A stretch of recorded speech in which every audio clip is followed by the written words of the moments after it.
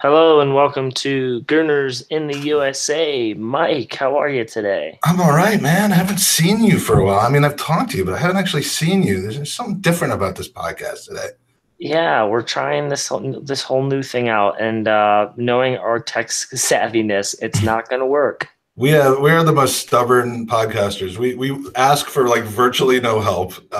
We need to do it ourselves, and therefore we end up with shit quality. But hey, it's good to see you, ladies and gentlemen. Yeah, we do it for you. We do it for you. And do we get money or accolades? No. Are we heroes? Yeah, Probably. you know. Some. To Just some. remember our humble beginnings when we're accepting, Emmys and that sort of thing. But That's right. That's right. You motherfuckers who are listening now will mean nothing to us when that happens. exactly. But we'll cycle through and we'll talk to our new fans when that happens. But So, Mike, we reached the Europa League semifinals with a 6-3 aggregate win over Moscow. Quite a nervy match for what, a good 70 minutes ish? yeah, we seem to have that. It used to be 70 minutes until we had subs come in. Now it's 70 minutes until we actually start playing. Yeah, until the team wakes up and gets their head out of their asses. Yeah, but I, better late than never. absolutely. It seemed like a game we were up for to start because it seemed like we were pushing, we were on the front foot, ding, and and then all of a sudden it just seemed like Moscow decided to turn it on. Now I'm going to ask you really quick: did the Champions League kind of screw us here because it was Giants losing to the small teams, and so Moscow probably came in and thought, "Fuck, we could do this." Well, yeah, I mean, they certainly they had the template from which to do it. I was worried because now Barcelona obviously drops into the Europa League, and that's going to be a problem for us. But no, I mean, look, there could not have been any more belief in that Moscow squad today, based on what we saw happen to Barcelona, what we saw almost happen to Madrid. I mean, what more do you need when you're hosting the second leg and you're down by the exact same score that they were down by? But we did start off well, especially good start from someone, Mustafi. I just want to give him props because we finally see him with a confident, powerful clearance, and it almost takes Wilshire's head off and concusses him. So I mean, Even when he does something right, he's doing something wrong. exactly. I think I tweeted out yesterday, if it wasn't for bad luck, he wouldn't have no luck at all, which I think is in the immortal words of Eric Clapton, if I remember correctly. But yeah, it's kind of a shit show for Mustafi lately. He's either scoring off of his head or banging his head against somebody else's head or taking off somebody else's head or losing his head and allowing goals to be scored. So, I mean, it's just, maybe Tom, my buddy Tom was right when he said he's the German Squillaci. I had the pleasure of watching with our podcast friend Eric, who is driving from Chicago to Portland, came through Denver, spent the night, and then we watched the match before he left. Night, huh? And I said to him, is Mustafi as bad as like we all think, or is he just not Are we coached? just all blind?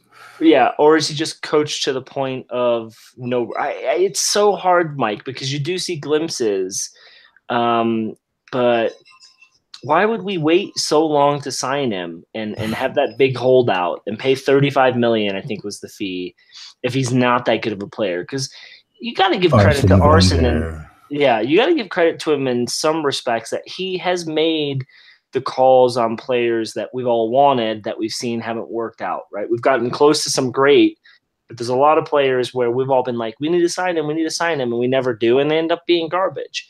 This was one that we all wanted. Obviously, he wanted, and he got it wrong. Or did he? I don't know. Well, since we're linked with 120% of all the players that exist in Europe Yeah. and South America, yeah, I mean, he's gotten a lot of calls right, but I'm not sure how those percentages work out.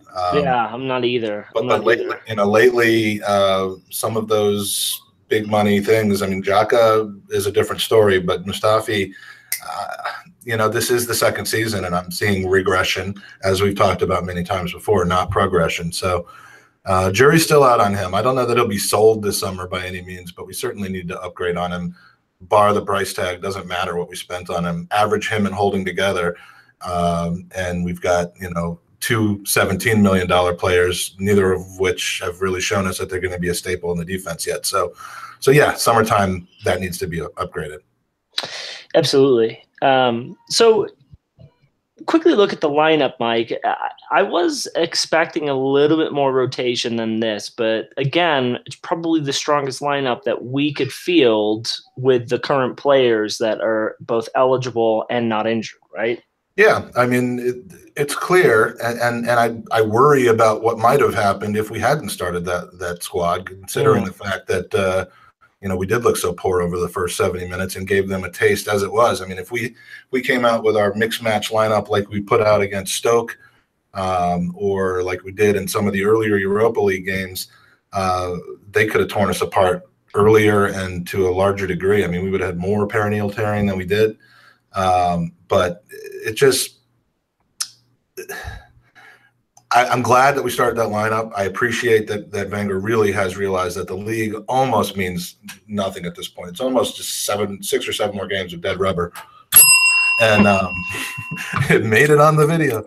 But yeah, I mean, these are the games that matter. And the one thing we couldn't afford to do was drop 2 early goals or 2 goals, the first 2 goals as it is. And even though we did it, at least we had the lineup in there to be able to take care of it once we did. Yeah. So we were in total control before we threw it away. It was poor defending from a Kucherev cross. Monreal was too easily outjumped by Nabikin. And then his header was parried by Czech. Mustafi was way too sluggish. And Chalov was not tapped home the goal or tapped home the rebound for the goal. For me, in the sequence of breakdown, I was first thinking, okay, I know the passage of play shifted to the left, but why is Nacho Monreal pretty much challenging in the center of the defense for a header? I feel like Koscielny should have checked his back and said, "You pull away, I'll defend here." But we talk about Mustafi again. He decides, his reaction to throw his hand up as the guy was offside was very quick. Everything else was extremely bullshit. And the goal was what we've seen a lot this season, sloppy defending. And I don't blame Czech because he gets down for the save, and it's really hard to get back up and hold that ball. But the initial save was brilliant. You kind of depend if you're going to parry it back into the same way that it came from, and your defenders are just going to stand there with their hands up in the air, shutting off, then you can only do so much. It was a pretty good finish. He didn't have a great percentage of the goal to shoot at. He slid it right basically inside the post, and I don't know that Czech really could have done much more than that, given the fact that he got to it in the first place. Yeah, absolutely. And Mike, we were lucky to keep the deficit to 1 before half. I mean, we were briefly reduced to 10 men when Ramsey decided to go off for treatment for 55 minutes. Did you see what happened to his leg? Yeah, no, absolutely. I mean you sit there in your little room with the bookcase and all that. Like if I didn't come over there and rip your leg apart, you wouldn't be screaming for 55 minutes. Could you imagine if that had happened to Canton? That happened to Canton, but it was during surgery. they had to do that in order to get to the areas that they needed to fix. But so we were down to 10 men. We see a low cross come in, which was desperately cleared by Bellerin, not cleared very well. And we see the midfield for CSK, I forget who it was, drive over the goal just briefly. Czech was a little bit in danger, but we go in halftime, 1-0 down. And I was really hoping that coming out the second half, we would see a revitalized team, and we didn't. They, earlier this season, it seemed like the first 10 minutes after half were just our absolute bogey period, among an entire bogey season that we're having. We would give up a goal between the 45th and 55th minute almost every single time.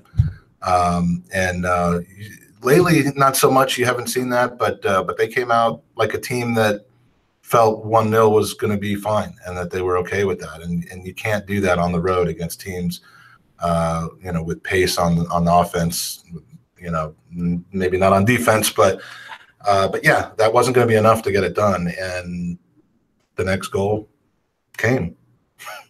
Well, before that, we have to give a little bit of credit because, while they were higher possession statistics, they were really driving us. That's to be expected. But we did see some good play from Rambo and Welbeck. They both fed each other for the ball, both missed. I mean, we were getting close. We were knocking on their door, but it just seemed like one of those days where all of a sudden we were gonna shit the bed, and we see Golovin shoot blocked by Czech, couldn't push it to safety enough.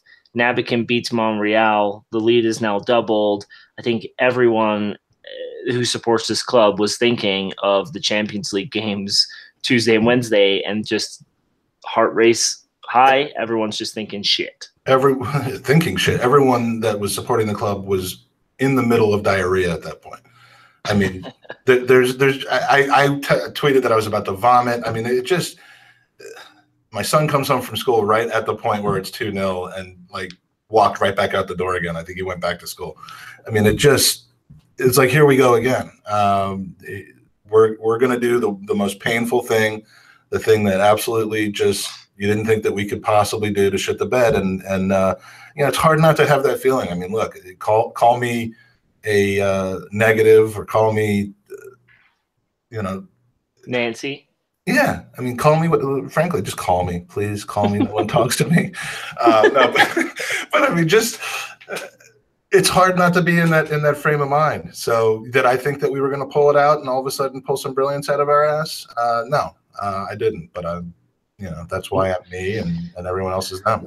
Not the way the game was going, because at the 2-0 mark, it was almost like they were on the front foot. Ramsey was playing well. I thought Welbeck was okay. We weren't really seeing much from Ozil. Jack had another poor game. I don't know if the knock late in the first half affected that or not. Defensively, we were dog shit. And then the Egyptian decided that things needed to change. And he got pissed at a certain fella and decided that he was gonna change the narrative. God, don't even. So we see El Nini play central mid to start. Then we see him shifted into central defense. Keeper for a few minutes. Yeah. And and then we see him turn into what we all expect from Ozil, being the absolute magician when it comes to passes. And you have to praise Welbeck on the first Arsenal goal, because he sets it up with that cute little fake back heel turn. And continues his progression with running to goal, and El Nini finds him with an absolute perfect pass, and we just see Welbeck slam home a goal. And I will say that that's the first goal, Mike, he's ever scored for Arsenal without on purpose. On purpose.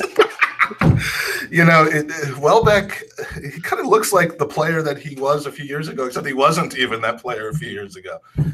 It's come completely out of nowhere with him. And long may it continue, as you love to say. But I was just surprised he scored one goal in this game, because he only ever scores 2 goals or no goals. I mean, it's a brace. He almost got a second, too. Well, yeah, he should have. But, Akineb scored brilliant save from him very late in the match, but you're right, because you did tap. Oh, and I assumed he was going to score that, because it's. I mean, even that Salt Bay game against Southampton a few years ago, that was a brace. Yep. The only time he's ever scored just one goal before that, I think, is the Leicester game, because he came in so late in the game and scored a winner in like the 105th minute. But yeah, I mean.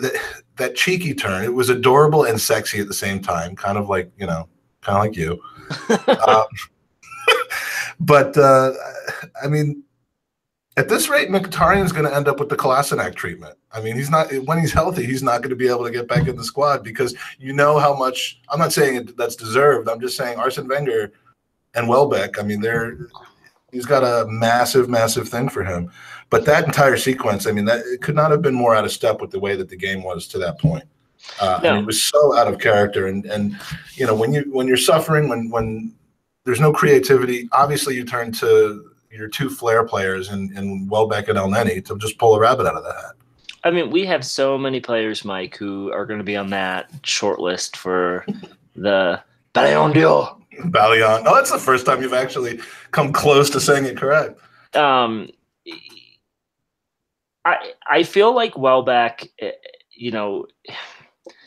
you mentioned the Mkhitaryan thing, and obviously you're joking. He's not going to start over Mkhitaryan, but I do feel like, I do feel like for Danny, the signings of Aubameyang and Lacazette have kind of given him the opportunity to play harder, to prove himself. But I like him on that left side of the attacking mid. I think that's where he's best suited. I don't think a solo striker, he doesn't have the first touch, he doesn't have the control. And Lacazette was missing yesterday, but I think the Moscow defense did a good job of not letting him possess the ball very. And a lot of times you see a player pull off a move like he did to start that move, and then kind of stand there and watch the rest of the play. But had he done that, we don't score. No, he made a beeline, and it wasn't just a direct beeline. It was a well kind of, he paused until he saw that Elneny had possession and was actually looking towards the box, and made a perfect run in behind the 170-year-old defensive line. and whereas we had kind of gotten the weighting on some of our through balls wrong to that point, Elneny, the through ball was world class. He's not world class, but the through ball was world class, and and it was beautiful. And then he also, with the amazing header from only like 25 yards offside, a little earlier. He did attempt to run onside, and so you got to credit with credit. Yeah, I also tried to play Premier League football, and it didn't work out. But yeah, I mean I was surprised to see him use his head like that. But no, it was a beautiful taken header. It was a great cross. It was unfortunate that he was 6 miles offside. I mean, he was basically in St. Petersburg when he scored the goal, and then had a huge problem with the lineman for he was really upset. But at the Welbeck goal, I think everyone who is an Arsenal supporter, their heart rate dropped about 40 beats per second. And he's not known for his finishing lately. Even though he scored some goals, the difficulty of finish has been lacking, and this one was not an easy finish. No, it wasn't. And that's his 5th goal in as many games, Mike. So if he's going to keep banging him in, I'm all about it. But what that did was it created the Moscow needing 2 additional goals. And so for us at that point, I just thought, okay, game, set, match. By the way, speaking of it being the fucking winner, which is what I think Nacho came over and said. Have you seen the whole kerfuffle over that? Okay, I don't know where you were watching the game, but in the celebration after Welbeck's goal, the audio of the pile-on was very, very clear, and Nacho comes over like 7th or 8th person into the pile-on and screams something out that sounded unbelievably racist. Although it's highly thought that what he said is that's the fucking winner. It's not what it sounded like. The ends did not sound like ends. Let's just put it that way. And so there was a tweet after the goal from a guy named Jay. Was Poppin Pino is the Twitter address. That was like, what did Nacho call Welbeck after the goal? And the comments are absolutely hilarious. What's for dinner? Come on Aston Villa. Smell my finger. Where's Jan Villa? Are you on Twitter? Roger Miller. You've missed some sitters. And my personal favorite, that goal was scored by Harry Kane. But let's just say I don't believe that Nacho Monreal comes over and has such a buddy relationship with Welbeck that he calls him the N-word, even though it's highly being circulated. Yeah, I'm not sure that even with your closest friend, you would probably want to do that. Not on the field of play anyway. No, not in Russia. Well, maybe he felt like he was in Russia. He had to. Yeah, that's true. That's true. I was wondering that during the match. Like, are Russian supporters racist to their own players, or are they just racist to the opposing players?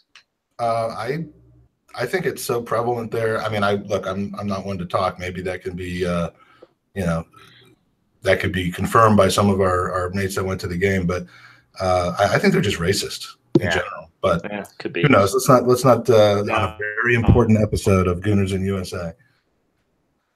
So proved well that we got the game wrapped up, and then we see Elneny again split defense. Ramsey gets about 40 yards of a 1v1, and to rub salt in the wounds at the death, we earn a draw, and that puts us through on the aggregate of 6-2, which I think is 6-3. Were you expecting Elneny to lay it off, or were you expecting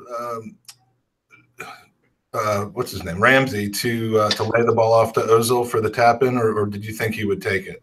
Because he made it. I thought he would take it. Rambinho making things a little harder and finishing with a cheeky finish. Yeah, no, I thought he would take it. Yeah, I mean, at the end of the day, it's Ramsey. You know, he's going to go for the goal, and it's the closing minutes of the match. Yeah. So, Mike, we're recording the day after the game, and we know that we have got Madrid. Yeah. Did you wake up at 4 a.m. Denver time to watch the draw? I know you did. I didn't. No, you did. So what league does Atletico Madrid play in? The feeder league.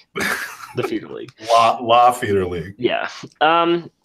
Here's the deal for me, Mike, and I said it on the last pod. I prefer to have Madrid in the semifinal because I think we're going to need 2 legs to beat them. I don't really think that we would get up for a final against them, and so you got to beat the best teams, but they're a good side, and they're gonna play us well. Yeah, we can contain Griezmann. We can. If we can. Is Diego Costa playing? Like I don't follow feeder league football. I follow only the good leagues. Well, I'm worried about this matchup mostly because Madrid is just very athletic, and we're not. So clearly they wouldn't be named that if they weren't. I disagree. This is going to be and has been the big narrative about this. Would you rather play them in 2 legs or 1? I've seen Arsenal magically get up. We saw it against Chelsea in the FA Cup final, and that's a very big. That's not the same thing as a Europa League final or a Champions League final, which has been 12 years since we've seen. But I think that they would do better in a 1-off than a 2-off, which I'm going to call it a 2-off. Madrid at home, I don't know that you want to go there. And as we've seen in this game, as we've seen in the Ostersunds game, even a strong first game at home, and there's absolutely no reason to believe that we're not going to shit the bed in the second game. So obviously you got to be the best. You got to beat the best. So whether we have them now or in the final, I don't care. It's going to be a great match. I know a lot of people. We know a lot of people that are going to the match. So hopefully it'll be safe. But first legs at home, we just got to jump on them like we have before. I think the best thing about Madrid is they really echo Arsenal of this season, where you don't know what team you're playing. They, on their day, can be absolutely amazing. And then on their day, they can be absolute dog shit like us. And so hopefully over 2 legs, we catch them on a dog shit day and we can put some into the back of the net. I'm hoping Mkhitaryan can get back for those games. But yeah, we got Manchester United in the middle of that, so we can which means nothing at this point, right? Yeah, other than pride and hatred of losing to those guys, but But we've got bigger fish to fry, and you saw at the end of last season, United had big matches, and Mourinho said no, our focus is here, and so. The good thing though, Mike, is for the Man United game in the middle is we have players who can't play in the Europa League, so we can rest Lacazette and put Aubameyang in, and so we'll see what happens. But I hate. We've gotten pretty lucky with the draws so far in Europa League, and if this is going to be our biggest hurdle, and it's a big hurdle, hopefully we come through with some goals and we get out of there. Because if we get into the final, I think whatever team wins on that other side. The winner of our semifinal wins this cup, hands down. Well, some people may differ with you on the Salzburg issue there, but it certainly seems that way. And we got if we deserve to be in the final, we need to be able to beat a team of Madrid's ilk. We haven't, like you said, really had to play. Milan was probably the most just based on their form at the time, not even just the overall quality of the team, was probably the biggest hurdle that we've had to have so far. So, I mean, really, Madrid, we've got to beat them to get there. The problem is they've got the world's second best goaltender, would you say? Yeah. They've got a defensive wall that is the opposite of Gixer's mom because they're nearly impossible to penetrate. And then Griezmann, who, he's as amazing at football as he is racist. I mean, the guy is good. So I just think we might be fucked, but it's Arsenal. It's the opposite day of the football league. You never know what to expect, so maybe we'll win. I hope that. I'll be rooting for Arsenal in this game, I've decided. Oh, that's good. I bet Tom. I'm not sure Canton. I was about to say, I bet Tom just roots for whoever wins. If it was Espanyol or if Asensio was playing, maybe we can have an emergency loan for Asensio.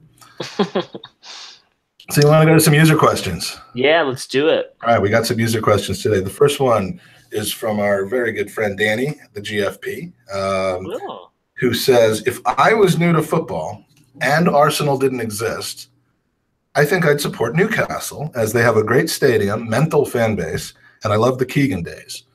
Who would you two pick and why? And so, Andy, just say West Ham and get it over with. That would obviously be the choice since my dad tried so hard. It's really funny. So my nephew's 4 years old, and every day, 4 or 5 times a day, I'll go, hey, Harry, Arsenal or West Ham? And he chooses Arsenal every time, which kills my brother-in-law inside. And he doesn't know what he's saying. Is your nephew downstairs right now as you speak? Yeah. But it kills my brother-in-law, and so I appreciate that he does it. So West Ham would seem like the obvious choice. Would you then have invaded the pitch a few weeks back naked? No, if you were at the game? No. No. But I often look back at my tenure of supporting this football club, Mike, and I often think like how easy it could have been for people to have become a United supporter, especially in the U.S. because I moved here in '96. And you just saw them dominating, and obviously they were only team played on TV. So I understand why a lot of supporters in America are United supporters. But even when I was growing up in England, that's pretty much all you saw as well and all you heard about. Still all you see and hear about. Yeah, absolutely. FA Cup round 3 and 4. I mean, that's the only game that's on from what I've seen. Yeah. But yeah, so I don't know. It's a great question, Danny, but I would probably have to say it would likely be West Ham just because of the family ties. Yeah, for me, I have no family ties. But if we're talking current Premier League teams, I'm going with Crystal Palace. I love Selhurst Park. I've probably been there 5 or 6 times, although my last visit there was the absolute worst moment of my Arsenal supportership. But the support is brilliant. Even in the down times, they're singing 90 minutes a game, regardless of how the game's going. I don't really know that much about South London women, but they seem really I have a little thing for them. What's the reputation of a South London woman, would you say? Sluts. That's why I like them. I knew I liked them for a reason. And I know I'm going to get killed for this, but the Crystals, it's so stupid and ridiculous for a football team, much less a Premier League football team, to have cheerleaders. But I don't care. They're hot. So, if we're talking Premier League teams, I'm going with Crystal Palace and just kind of hope that I'm already calling them hope that we don't go down. If we're talking worldwide football, I'm sold on Dortmund. I spent an afternoon on the Yellow Wall last season. I've got the kit, and they actually sell shirts in their team store that fit all of this that you have going on here. I just love the whole deal that they got going on there. They cycle players through, and they're still just an amazing experience. So, good question, Danny. We got a question for you from Carrie McCollum, War Eagle, by the way.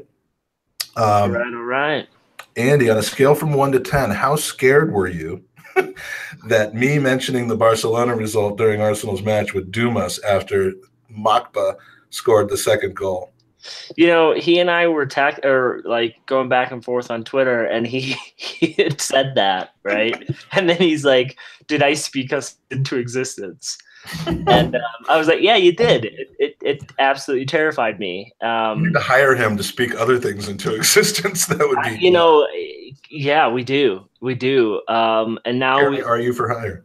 Yeah. And then I found out he was a Nashville Predators fan. So that's not good. Yeah. Hockey. Let's not talk hockey right now. But yeah, I was extremely nervous, and I was trying to hope that the reverse jinx would come. But and it eventually did. But yeah, I'm your guy for reverse jinxes. You gotta come to me for that. That's very true. Except for when it comes to American sports, in which case I'm just literally a jinx. And the second part of Carrie's question is, how's your mom, Andy? Because I offered bonus points to people who asked about your mom. Oh, so. God. All right, I'm waiting. No. From Ryan Lordos, who's a buddy of mine from locally, from the pub, says, longtime user, first-time questioner. 2 questions for your consideration.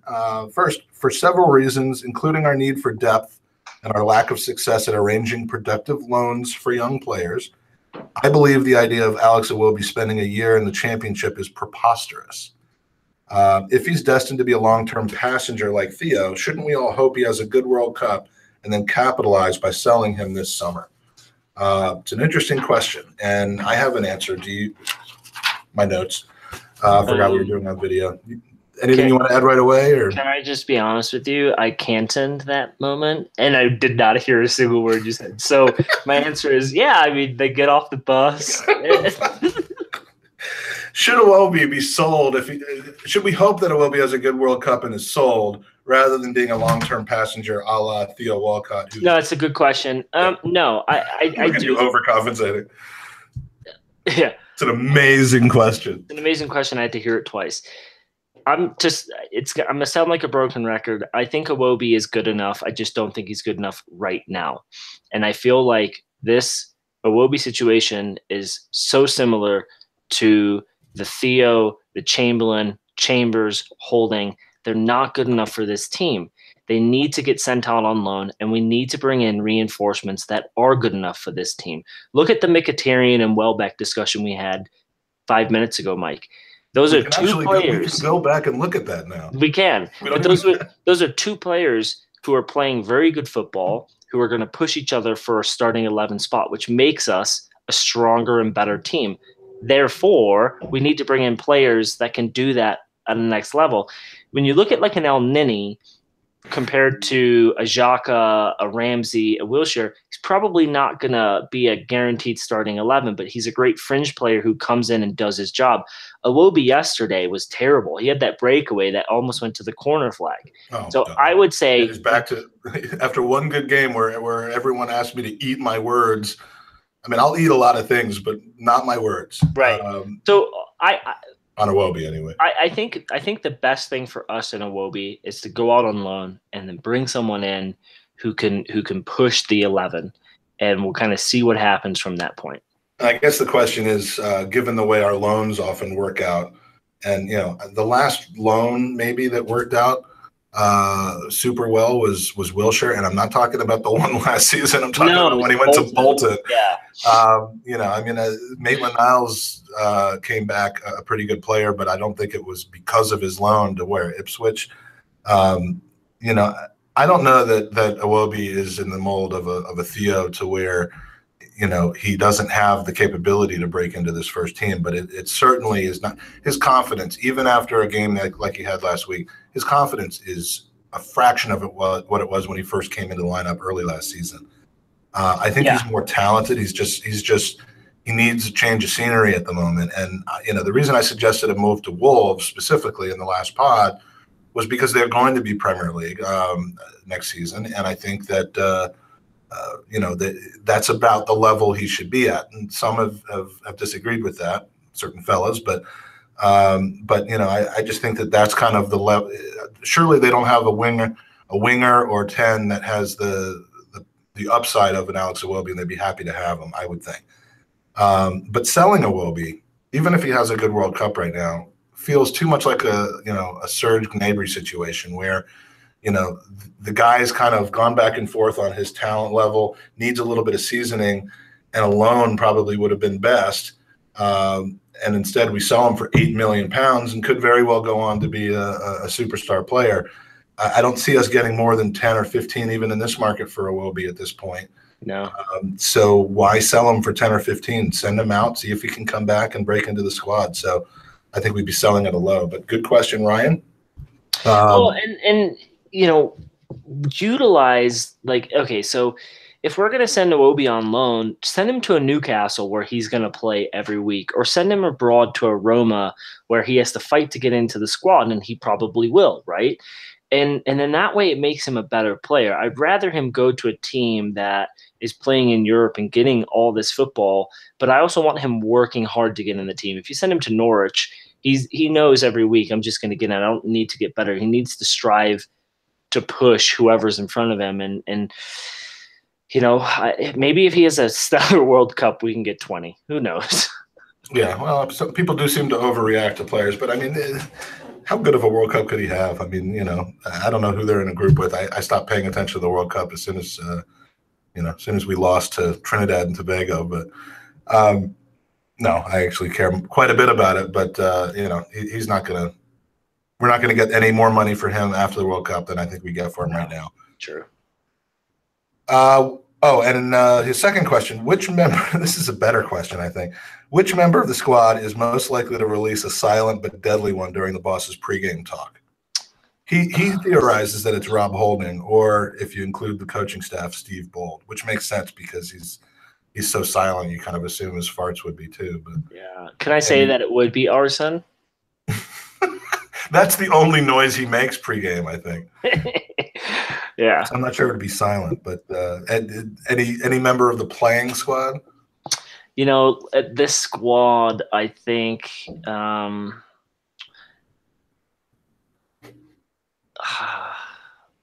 because he's Welsh and they're filth, I'm going to go with Ramsey. Oh my God. What do you have in your hand, by the way? Oh, it's chapstick. Looks like chapstick. My sex egg. Put it in your butt and it vibrates. Oh, which we can now demonstrate. So while I talk, you'll be in the little screen on the we're now sponsored by the sex egg. Exactly. Oh, do you have the bag of dicks, by the way? I don't know where it went. Like since so you have children in the house and you don't know. That's like when you lose your dildo for your wife, and, or for you, and your teenagers get home and you're just freaking out because you don't know where it is, which I've never had the experience. Yeah, it sounds like something personal that's happened recently in your life, Mike. Or when your mom's staying in your room and you forget to put it away in your closet and you're just hoping that she doesn't go through it. So I'll go getting back to savory stuff like which Arsenal players farts the most in the pregame season. I'm going to go with Mustafi. You got to go with Mustafi because, I mean, we've already seen the act where he just stands around looking for, like, trying to blame things on other people and holding his hands up in the air like he didn't do it. So, I mean, that's the post-silent but deadly act anyway. And if not Mustafi, I'm going with Nacho because, his face just perpetually looks like someone who is either trying to hold something in or just failed at holding something in. So excellent questions, Ryan. Thank you for participating. Hope to see you at the pub soon. Scott from Chicago at Clogged Midfield on Twitter. This is one you'll love. So can we now downgrade Jack Wilshere from squad player to West Ham player? His recent displays call to mind memories of Ricardo Clark for the USA in the 2010 World Cup. Andy, I'll let you have this one. No. I'm not giving up on him yet. He's had a couple bad matches, but no, I'm not giving up on him. Well, you have in about 6 weeks, you're going to have to either give up on him or say we got to re-sign him. The best thing that could happen for me and the Wilshere fans right now is that he gets hurt going into the summer, so he has no choice but to sign the contract because no other team's going to want to take him. He signs the contract. He doesn't play in the World Cup and get hurt again, and that's a good strategy. Who are you going to call on to make that happen? Is it going to be Kenny? Yeah, Kenny. I'm sorry, but he has a broken hand from shaking Kenny's hand. He's going going to have to miss the World Cup, and he'll agree to a $20,000 a week contract. You know, Kenny will be weeping while this all happens. I don't mean this. They made me do it. They made me do it. All right, so those are user questions, and this has been an interesting first experience with this. We don't even know if this is going to make it on air. So if you've seen this, then obviously it did. But Andy, we're doing this podcast because you're going to be gallivanting and having experiences that stay in Las Vegas. Is that right? I hate that saying. Yes, I'm heading to Vegas on Sunday. So we won't be potting after the Newcastle game. We won't. And that's going to be a 5:30 kickoff in Vegas. So I will be recording it and watching it on playback. You'll be up from the night before is what you're supposed to do. Yeah, old man with a kid, and he's not going to be in Vegas, so I'll probably be sleeping. No, so yeah, we won't do a Newcastle pod, but plastic. Yeah, I'll record it and maybe we can watch it on my laptop next day. I don't know. We'll see. Man, you've gotten jaded. You're like those supporters who aren't going to the Emirates. I mean, be honest with yourself, Mike, and the 6 people watching this. Is this season for me has just been kind of a meh. The only reason that I'm still engaged is because we're in this podcast, and we have so many fun groups that we're a part of that love Arsenal, and the banter is just out of this world. But this has been the first season that I've ever been an Arsenal supporter where I could literally give 2 fucks. I think until Arsenal leaves, I'm pretty much resigned to the fact that we're never going to win anything, and it's always going to be garbage. Yeah, well, maybe I'm naive. Maybe I'm. Whatever. I still get excited in the morning of a game, and I think that at the beginning of the game, everything could happen from good to bad. It's got me as enthralled as ever. I don't have the expectations, but I still have the interest. So, yeah. The Mike 1, Andy 0, and I think we're gonna wrap this up now. Thank you for listening. Thank you for watching.